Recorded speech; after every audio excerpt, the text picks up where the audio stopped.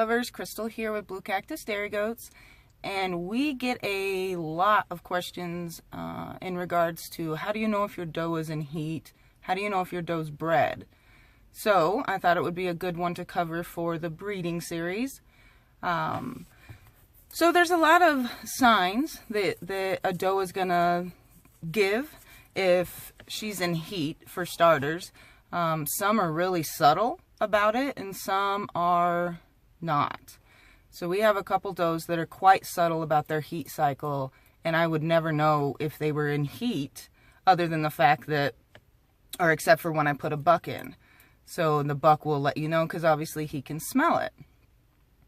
So May, for instance, she just hangs out and you would never know that she's in heat, and her heat cycle is extremely fast. So putting the buck in with her, you know, he lets me know. She will flag for the buck if he's in there. She will stand for him and is a little bit more friendly to the buck. And then I have does that quite literally turn into a buck. If they're in the pen with a bunch of does, they will try mounting the other does. They're more aggressive.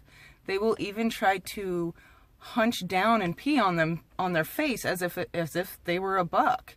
So some are a lot more obvious, if you will.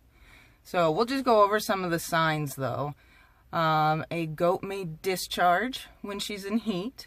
So you'll see her, you know, have a little bit of a mucus discharge, if you will.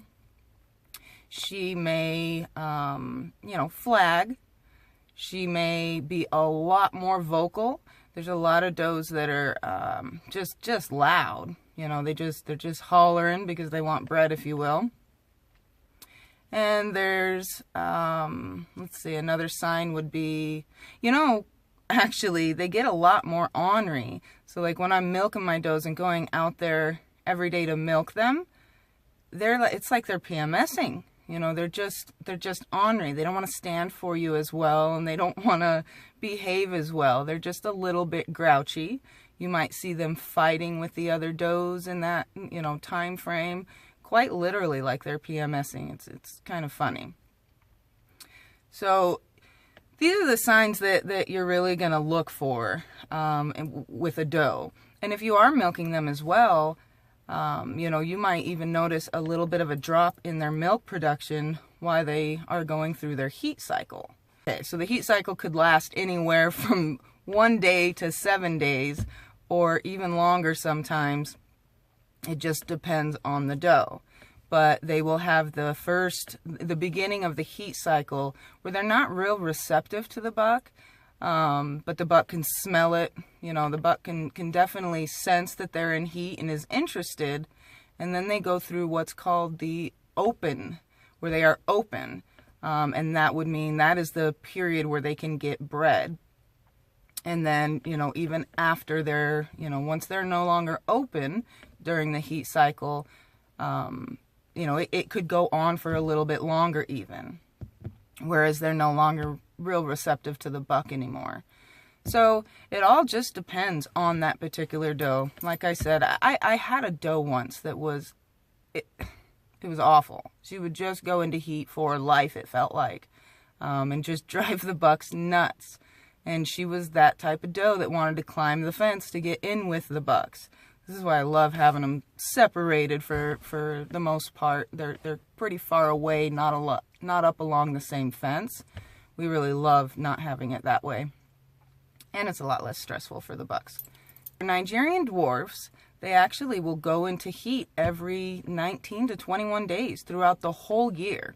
It's a really good breed to be able to stagger your breedings for if you want milk year-round. Or if you have a larger herd and you don't want them all to have babies or kid at the same time, it can be very beneficial with the Nigerian dwarf breed. If you go with the mini breeds, you know, I started with a mini La Mancha, which just simply is a standard size goat bred to a Nigerian. So, and then you get the minis. So that that doe that I had, she she would also go into heat every 21 days year round. So, you know, the mini breeds are really nice breeds. I really like the minis. So with the standard breeds, that isn't the case. They won't go into heat year round. It's more around fall time to the end of the year. And so you got to get them bred at that time. And then, you know, obviously if you miss that, then you have to wait till the following year. So what we do is throw them in, the bucks and the does together, and I want to keep them in the same pen for at least 2 heat cycles. I want to make sure that they took. It's easier for us. You can do what's called a drive-by breeding, or just, you know, a date, some people call it. But you got to really know when your doe's in heat. And if you have a doe that's real subtle about it, you know, that might be a little bit harder. And I just want to make sure that they got bred. So that's what we do. So it ends up being a couple months that they're together before we separate. You know, 2 heat cycles. I might throw them together. We do it October 1st. So on October 1st, there might be a doe in heat. So I'm going to wait 19 to 21 days to see if she goes back into heat. However, October 1st, I might have just missed another doe that just went into heat or stopped her heat cycle 2 days ago. So it's going to be around 19 to 21 days before she goes back into heat. And then I want to see that heat cycle again. So that's why we leave them together for so long. If they don't go back into heat, then that means they took. And I can, you know, they are bred, they are pregnant. And then I can write down that date, and I know when to expect the babies. So it's real convenient for us to be able to do it that way. And if you guys have the option, it's a lot, you can tell when they're bred a lot easier. And you don't miss it, if you will. So that's beneficial, because I do not want to miss any heat cycles or opportunities for them to get bred. You can, of course, ultrasound them. You know, that's something a lot of people do. I don't. I just kind of know if they don't go back into heat, because I keep them together, that they're more than likely bred. Plus, I have a large herd. That would cost a lot of money that I don't have to get them ultrasounded. It is something I would like to do, though. Get my own ultrasound kit and learn it myself. That would be really cool. Not in the cards today. Another thing I think is a good opportunity to mention, if you guys have been watching our Last Week on Blue Cactus series, you have noticed that Anna hasn't really even gone into heat. Now, we bought her as potentially bred. You know, it wasn't a guarantee. We bought Anna and Elsa. Elsa was bred and Anna was not. She went into heat a good week after we got her. So a heavy heat, and it was really obvious. So we put her in with Merle.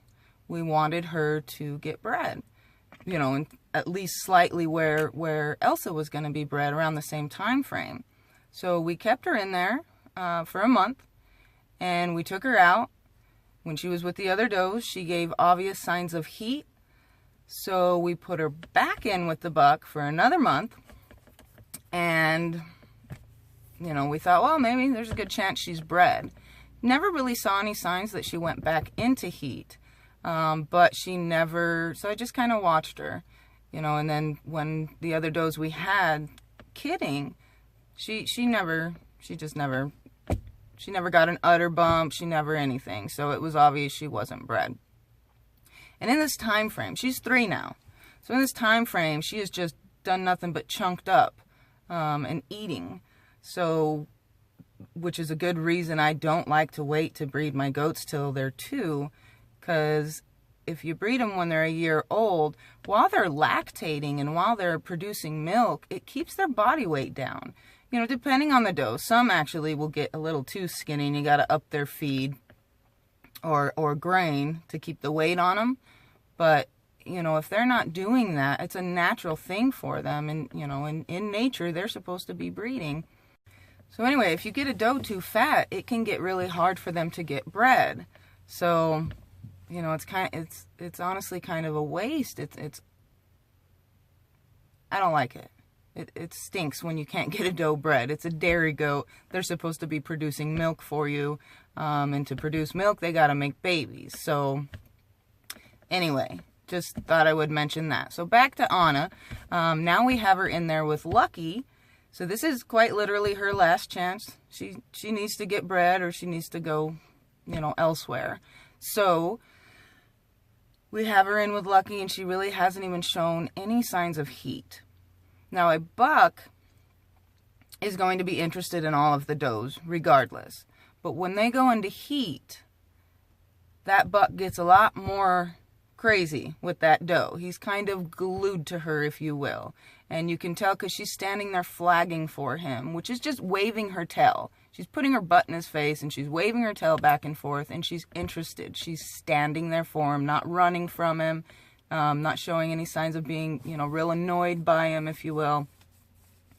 So Anna just hasn't done any of that now. But, you know, it is what it is. If she's bred, then, you know, I'm hoping she's going to get bred. But, you know, I haven't seen any signs, and they've been together for almost 6 weeks now. So she's obviously had at least one heat cycle, or should have had a heat cycle, and has not. So that's something also.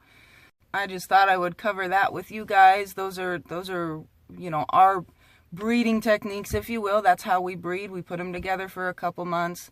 Those are the signs that does are going to give when they are in heat, and the buck will obviously let you know as well. Not to get confused with the fact that he's going to be interested regardless if they're in heat or not. But when they are in heat, he's a lot more aggressive. He's just glued to that doe in heat.